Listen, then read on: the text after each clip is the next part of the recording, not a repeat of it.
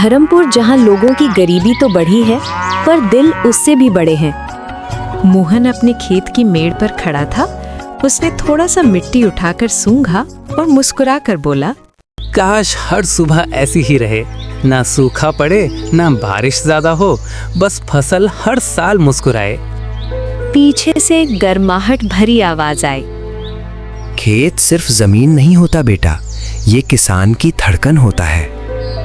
काका, आपकी धड़कन तो इस मिट्टी में ही बसी है। मोहन की बात सुन जगलाल हंसने लगा। अरे मेरा दिल तो अब बूढ़ा हो गया रे मोहन, पर तू जैसे जवानों को देखता हूँ तो लगता है गांव का भविष्य अभी जिंदा है। दोनों खेत की ओर बढ़े। मोहन का घर छोटा था लेकिन प्यार से भरा हुआ। माँ के गुजर जाने के बाद मोहन और उसकी बहन सीमा ही एक दूसरे का सहारा थे। सीमा मिट्टी के चूल्हे पर चाय चढ़ा रही थी जब मोहन अंदर आया। सीमा, आज स्कूल देर मत होना, वरना मास्टर जी फिर डांटेंगे। सीमा ने चाय हिलाते हुए मुस्कुराकर कहा, भैया, आपके बिना और मास्टर जी का डांट सुने हमारा दिन पूरा कहाँ होता है। दोनों हंस पड़े और चाय पीकर मोहन सीमा को स्कूल छोड़ने निकलता है और रास्ते में माया से मुलाकात हो जाता है। इतनी सुबह सुबह कहा, बहन को स्कूल छोड़ने जा रहा हूँ। और मुझे कौन छोड़ेगा? तुम खुद ही संभाल सकती हो माया। दोनों के बीच प्यारी चुप्पी थी जो दोस्ती से ज्यादा पर इजहार से कम थी। गांव का प्रधान राधेश्याम, जिसे अपनी कुर्सी और फायदे के अलावा कुछ नहीं दिखता, वो मोहन को खेत में काम करते देख बोला, मोहन, सुना है तूने जमीन अभी तक गिरवी नहीं रखी?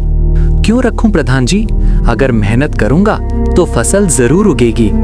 मेरी मान, बेच दे, शहर वालों से अच्छा दाम मिलेगा। जमीन बेचकर क्या करूंगा प्रधान जी, ये मेरी माँ की निशानी है। ज्यादा जिद अच्छी नहीं होती है मोहन।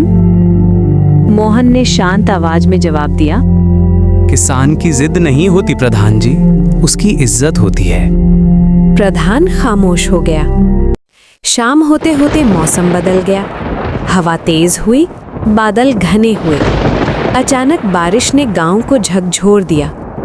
भैया, बाहर मत जाओ। अगर अभी खेत नहीं संभाला तो सब डूब जाएगा। बाहर जगलाल भी थे। दोनों मेढ़े बांध रहे थे। पानी तेजी से बढ़ रहा था। बारिश में भीगती हुई माया दौड़ती आई। मोहन, अपनी जान बचाओ, खेत फिर बन जाएगा। अचानक तेज हवा ने मोहन का संतुलन बिगाड़ दिया। वो गिर पड़ा। माया भागकर उसे संभालती है।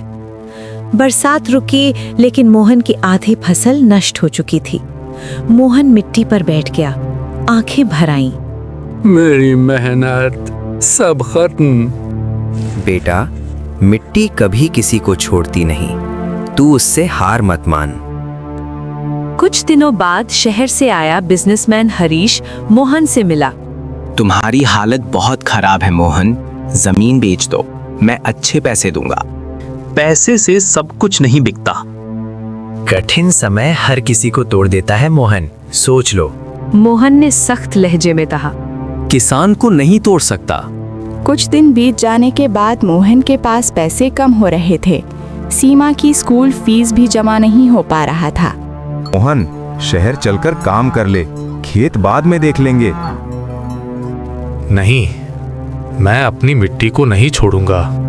माया ने उसकी आंखों में डूबती उम्मीद को देखकर कहा, मोहन, चाहे कुछ भी हो, मैं तुम्हारे साथ हूँ। उनका रिश्ता धीरे धीरे गहराता जा रहा था। एक दिन जगलाल ने मोहन को अपने घर बुलाया। उन्होंने एक पुरानी डायरी निकाली जिसमें नई खेती की तकनीकें, पानी बचाने के तरीके, जैविक खाद। मेहनत पुरानी हो सकती है बेटा, लेकिन तरीका नहीं। नया तरीका अपनाओगे तो फसल भी बदल जाएगी। काका, अब मैं नई शुरुआत करूंगा। मोहन ने गांव वालों को नई तकनीक बताई। पहले सब हिचकिचाए, फिर जब जगलाल, माया और शंकर साथ खड़े हुए, पूरा गांव जुट गया। सब ने मिलकर नई मेड़े बनाई, पानी का बांध बनाया जैविक खाद तैयार की, सूखे खेतों में नई फसल बोई। फिर कुछ दिनों में खेतों में हरी कोंपले उगने लगी। गांव फिर से मुस्कुरा उठा। प्रधान ने गुस्से से मोहन को बुलाया। तूने सबको मेरे खिलाफ कर दिया।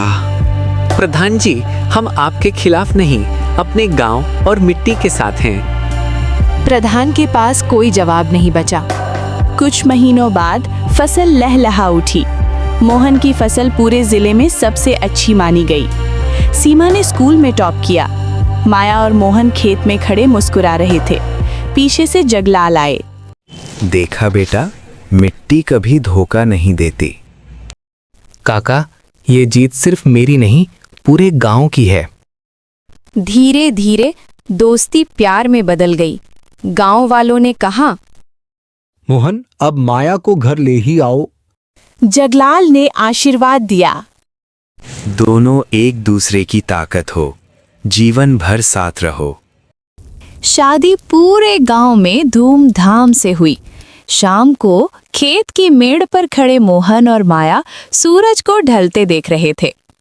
अगर तुम तूफान वाले दिन टूट जाते तो शायद ये दिन हम लोग कभी न देख पाते। किसान की सबसे बड़ी जीत है कि वो हर बार गिरकर फिर खड़ा होता है। मोहन की यात्रा सिर्फ एक किसान की नहीं, हर उस इंसान की कहानी है जो कठिनाइयों में भी हार नहीं मानता, अपनी मिट्टी से प्यार करता है, गांव को परिवार समझता है